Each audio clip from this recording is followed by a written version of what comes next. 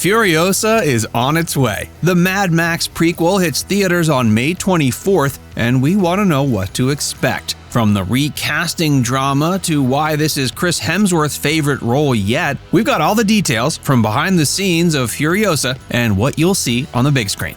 Furiosa is a prequel to Mad Max Fury Road. It tells the story of Furiosa's life before the events that took place in the previous movie. But this film isn't just different because it shows what happened in the past. It's also different because of how the story is told.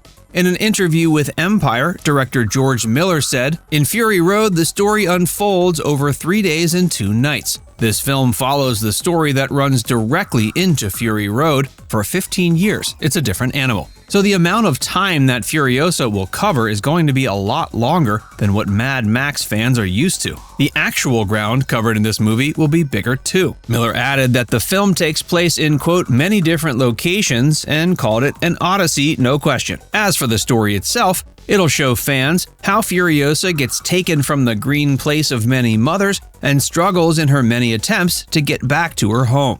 Prequels can be just as interesting as sequels, especially in franchises like this one, where fans have many questions about the past of this universe that we'd love to see answered. Yet there is one clear complication that a prequel presents and a sequel doesn't. Actors don't age backwards. So how can they play their younger selves years later? There are many ways to go about this. De-aging, where actors are made to look younger with the use of CGI, is becoming increasingly popular. George Miller did consider using this technique since it would have allowed Charlize Theron to reprise her role as Furiosa. Ultimately, though, Miller feared that going this route would have been distracting for audiences. If it worked well enough to be worth doing, the audience would have been too distracted by the impressive technology to be immersed in the world. So rather than having the original cast members reprise their roles, they opted for a whole new cast.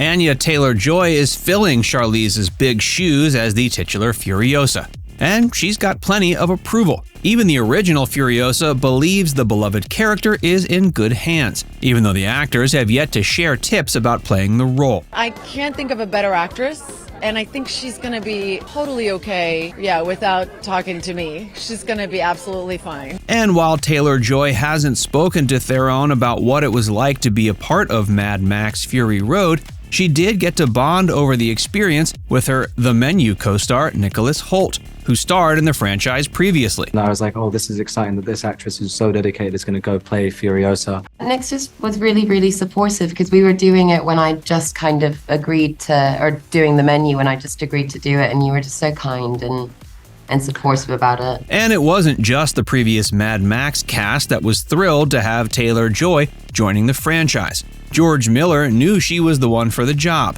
According to him, quote, "she's a very determined and rigorous person. She has a mystique about her, and she'd been trained young as a ballet dancer. Charlize trained young as a ballet dancer. There's a precision to them that was needed." Despite the joy, no pun intended, surrounding the casting of Anya Taylor-Joy, it was bittersweet for Charlize to say goodbye to Furiosa. She told The Hollywood Reporter, "It's a little heartbreaking for sure. I really love that character, and I'm so grateful that I had a small part in creating her. She will forever be someone I think of and reflect on fondly."